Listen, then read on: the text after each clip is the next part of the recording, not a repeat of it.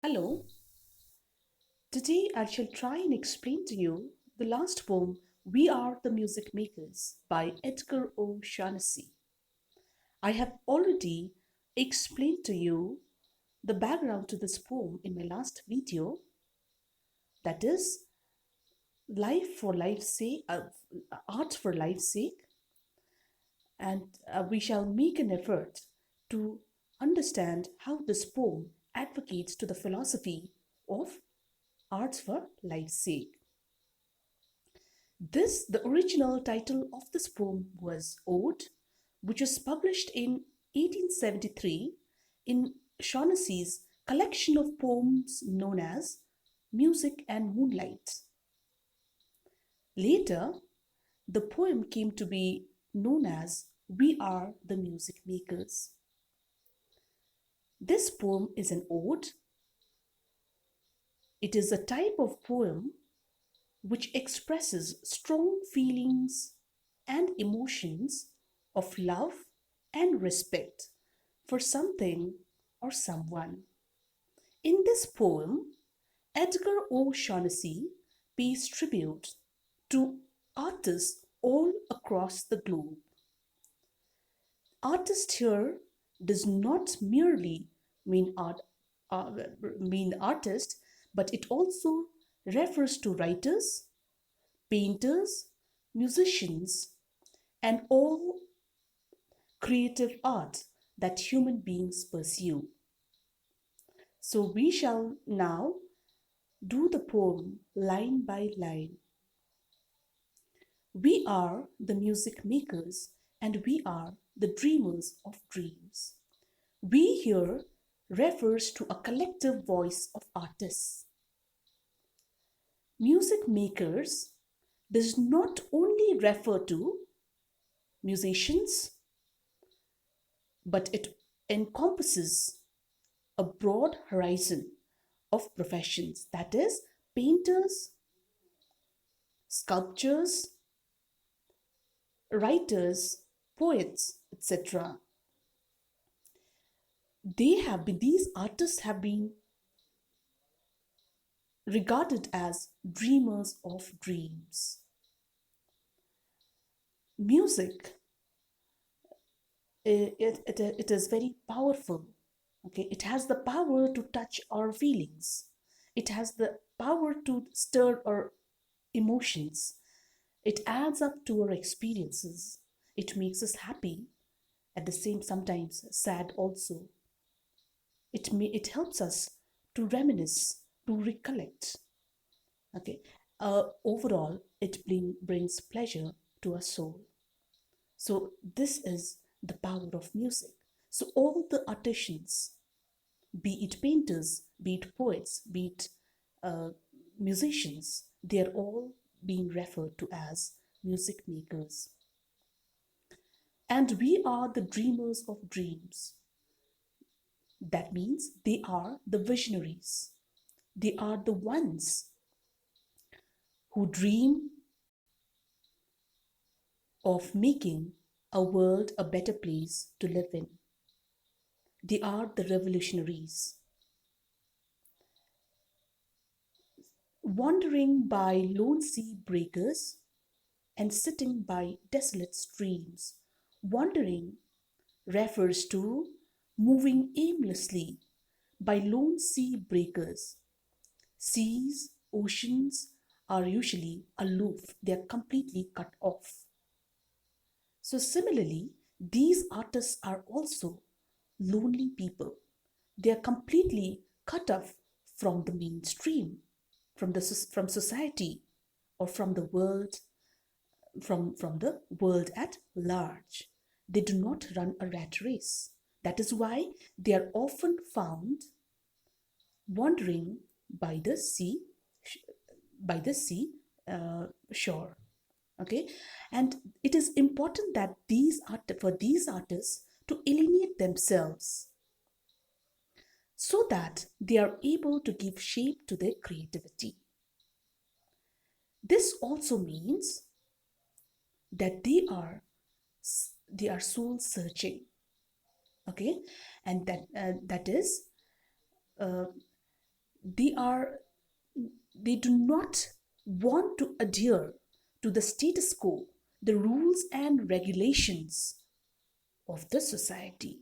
That means they are the revolutionaries. In this way, they are condemning or rejecting the, the conventions, the rigid conventions of the society.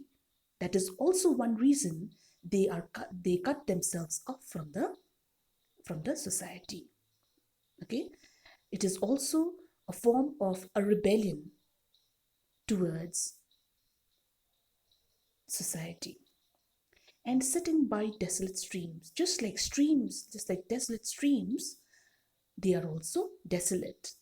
Okay, they are they are completely alienated souls. They are completely isolated souls. Streams, sea is very profound. Sea, ocean is very deep and is very profound.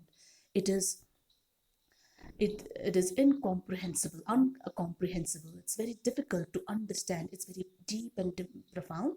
That is how the mind of the artists are. They have a world of their own.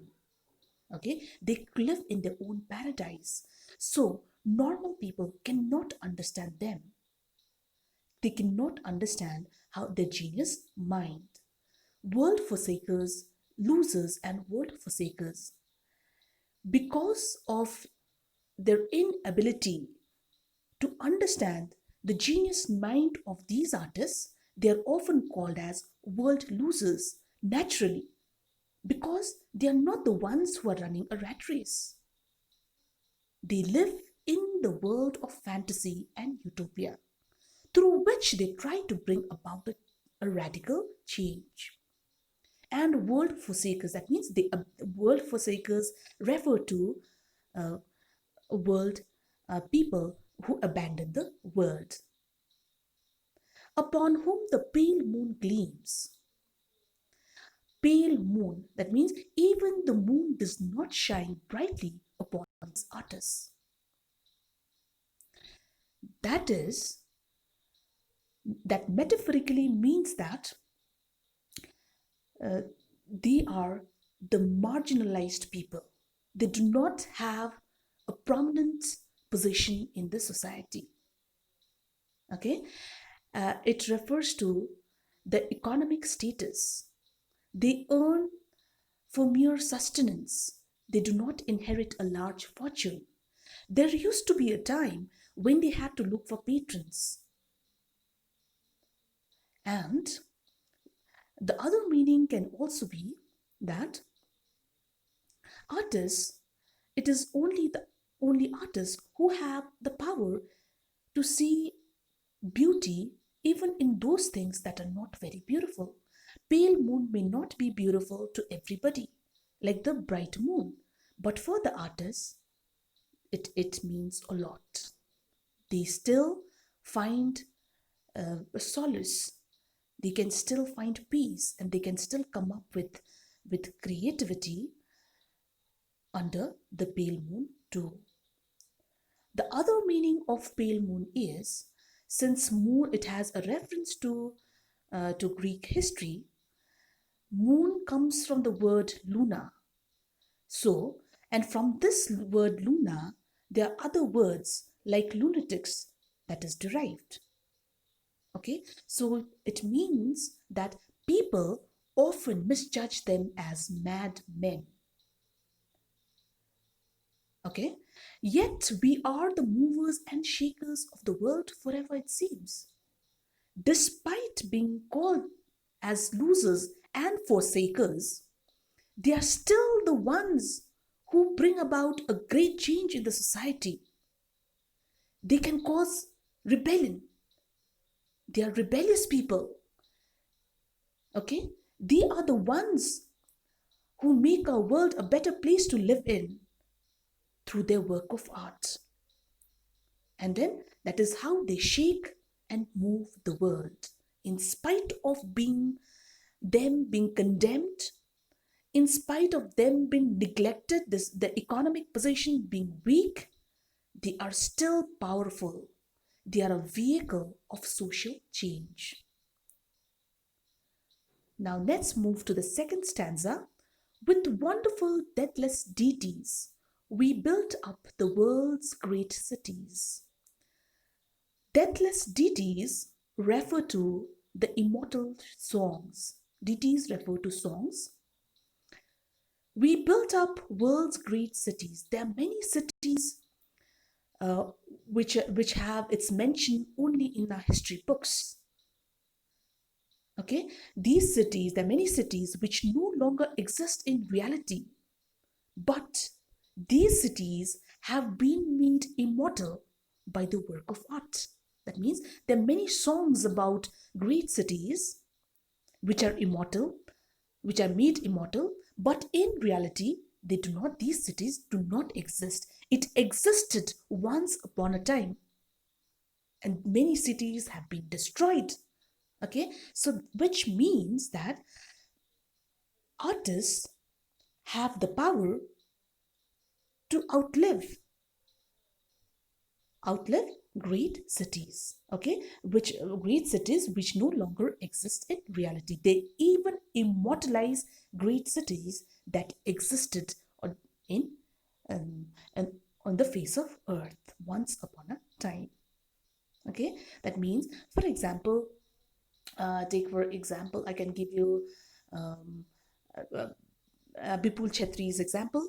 Okay, Bipul Chetri in his songs has mentioned about places like Kalimpong, places like Gantok and Siliguri.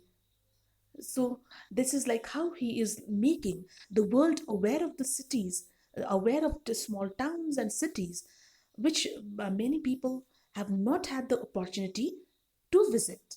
Okay, that is still made, known to them through his songs. Okay, even if these cities cease to exist, okay, later if this becomes a part of uh, other states also, the names of the cities will still continue to be immortal, and it is done through their songs. So these, what are these cities? These cities are the content or the subject matter of their art. Okay, and so it is through the subject matter that they immortalize cities, and other big empires. And out of a fabulous story refers to the myths, the legends, the folklores, the culture, okay, the novels, the other work of art, painting. So, and out of the fabulous city, we fashion an empire's glory. Fashion means to give shape, to mold, okay? And it is through the stories that they write that we get to know how, we get to know about great empires of the world, okay? How would we know about uh, the Mughal Empire, the Mongols? How would we know about it? Had there been no writers, had there been no historians?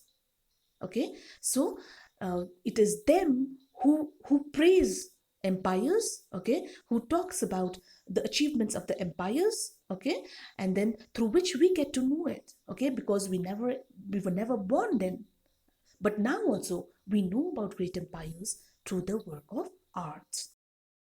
One man with a dream at pleasure shall go forth and conquer a crown. That means,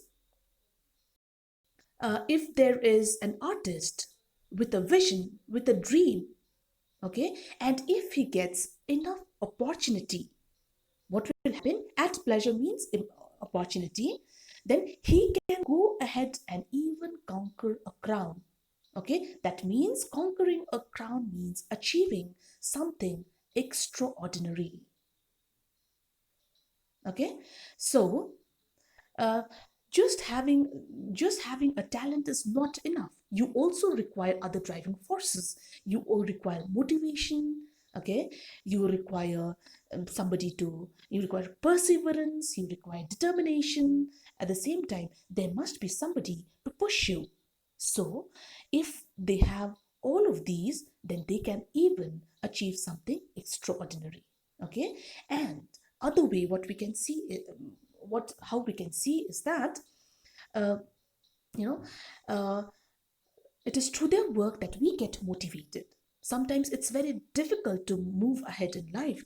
Sometimes it's not always easy to achieve success. It's a daunting task, but still, the inspirational stories that we get, and then the knowledge that we acquire from books, and then uh, since artists also through their dreams also liberate us to create our dream, us to dream, okay, and also liberates us to accomplish things which are very difficult to do. So they motivate us, they push us, and we can also and out of that encouragement, we can go ahead and do achieve things which are unachievable. That is what it means.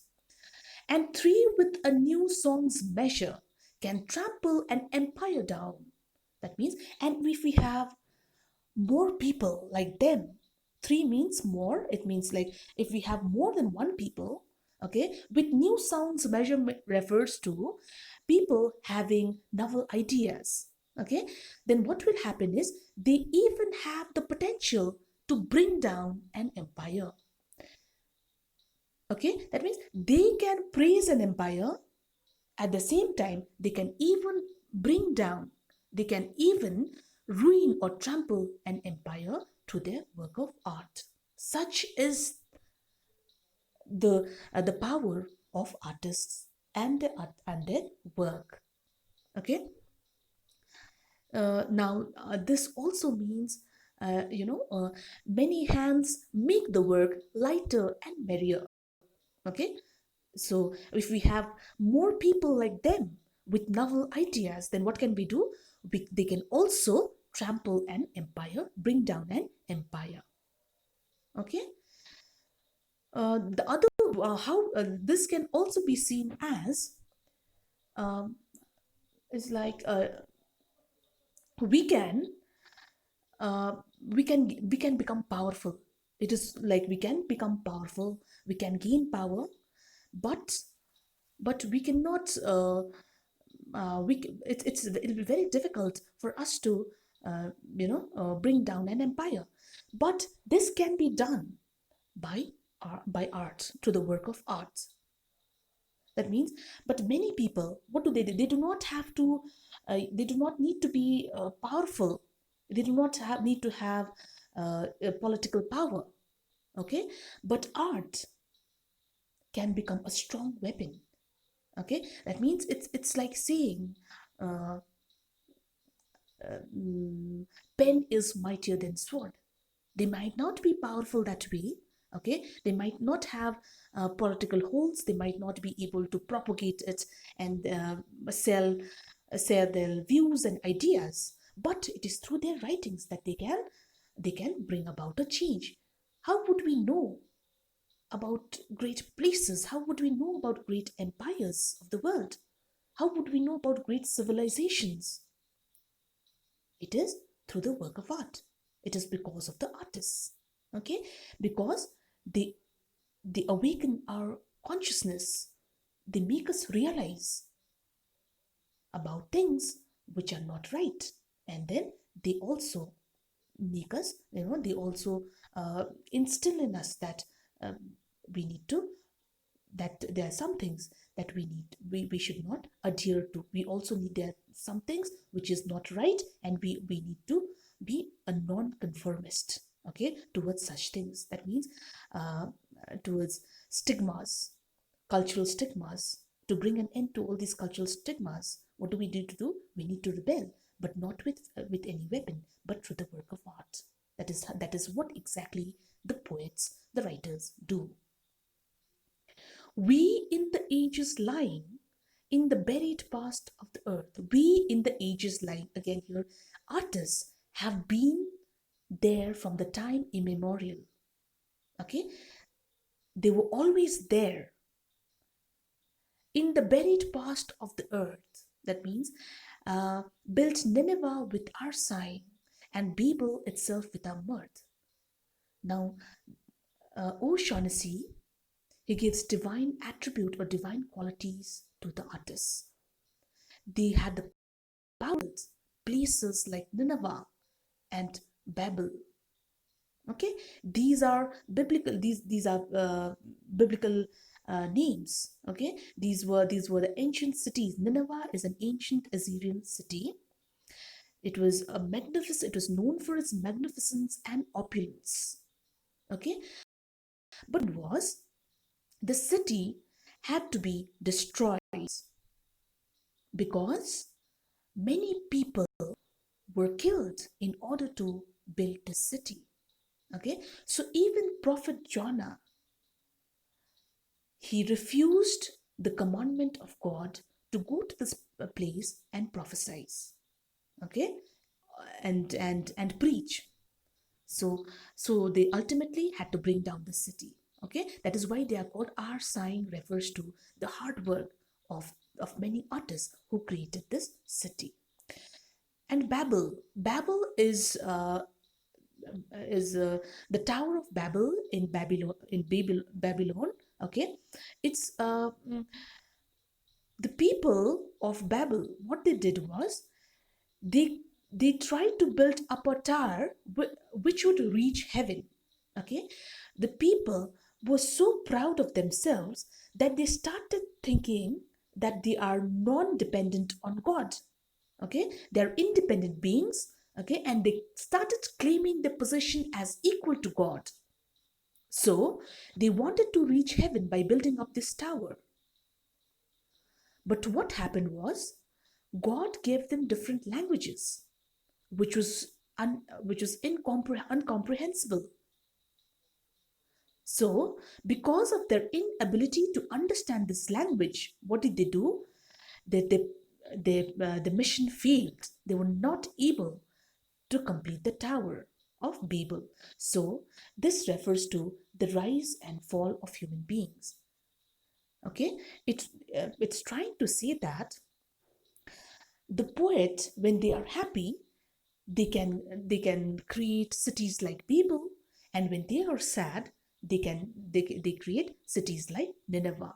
That means both in the happy times also and in the bad times also, they give us something worthy. Okay, and it also refers to the power of construction and deconstruction. Okay, again, this can also be seen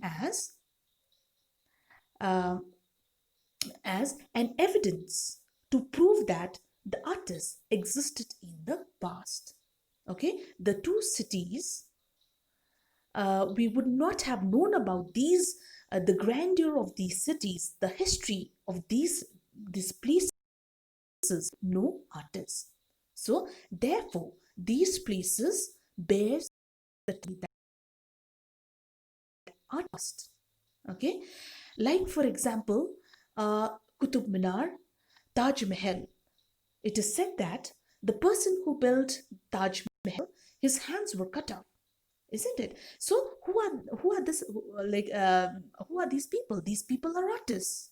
Okay, and so these artists had to go through a lot of torture. Okay, that can also be seen as, you know, the word sighing can be thought of in that manner. That means they had to go through a lot of torture in order to create the city of Nineveh and overthrow them with prophesying to the old of the new world's worth. Again, it is the power to deconstruct. Okay, prophesize means to forecast, to predict. Okay, so these what they made. Okay, they also deconstructed them, they also destroyed them. Why did they do that? So that they would be able to meet the demands of the present day. Okay, in order to push our world forward, in order to make our world more worthy place to live in. Okay, that is why, like, they even had to deconstruct their art. Okay, for the betterment of the society, for the betterment of the new generation. Okay, and of the world. Okay, only to bring about, uh, to make the world better, to make the world more advanced, they even had to give up on their old work of art. Okay, that means artists never stop. They're never happy with their uh, even if they have created something nice, they keep on. It's like they keep on moving ahead. And of course it is important for them to meet the challenges of the society, the challenges of the to the challenges of the world. Okay, for each age is a dream that is dying or that is coming to birth. That is the cycle of life and death. Each day age is, that means one age comes to an end. There's another age that that it gives birth to, isn't it? Uh, if one thing comes to an end, it gives birth to another beginning. Okay, so each age is a dream. That means the age that we are living in was also a dream that was once dreamt by the artists, by somebody. Okay, and the dream that people are dreaming today, the artists are dreaming today, will give birth to the future. That means from the ashes of the past, okay, we have got the present, and from the ashes of the dying present, what will we get? We'll get the future. Okay, that means it's a continuous cycle. It will never stop.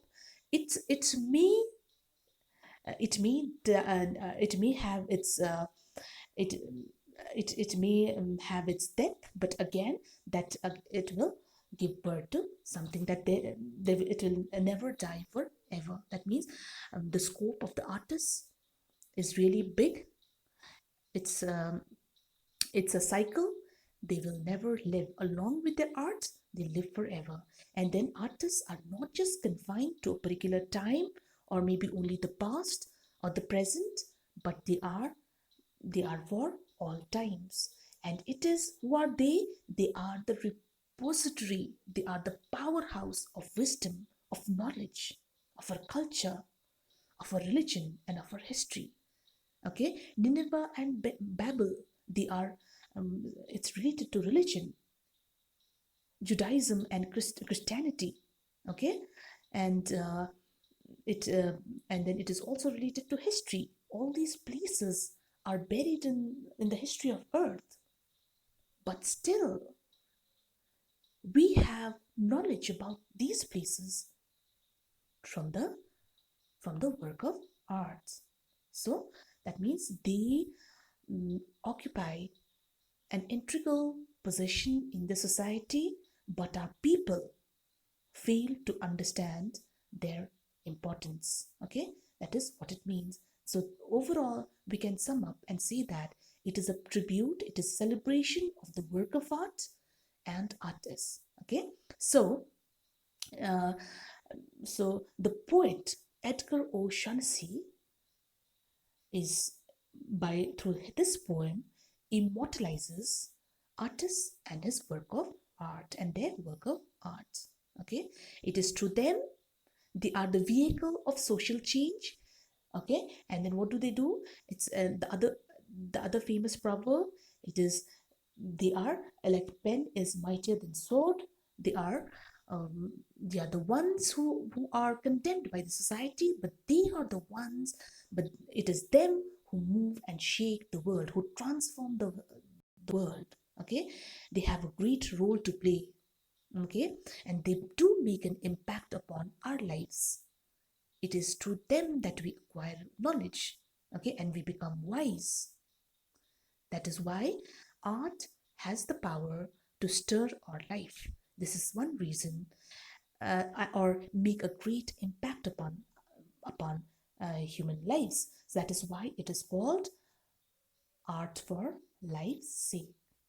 Okay, it is again, once again, it is a vehicle. Art is a vehicle of social change. Okay, when there is a change in the society, there will be a change in the world at large. I hope this explanation will help you understand the poem. Thank you. Please like and subscribe for further updates.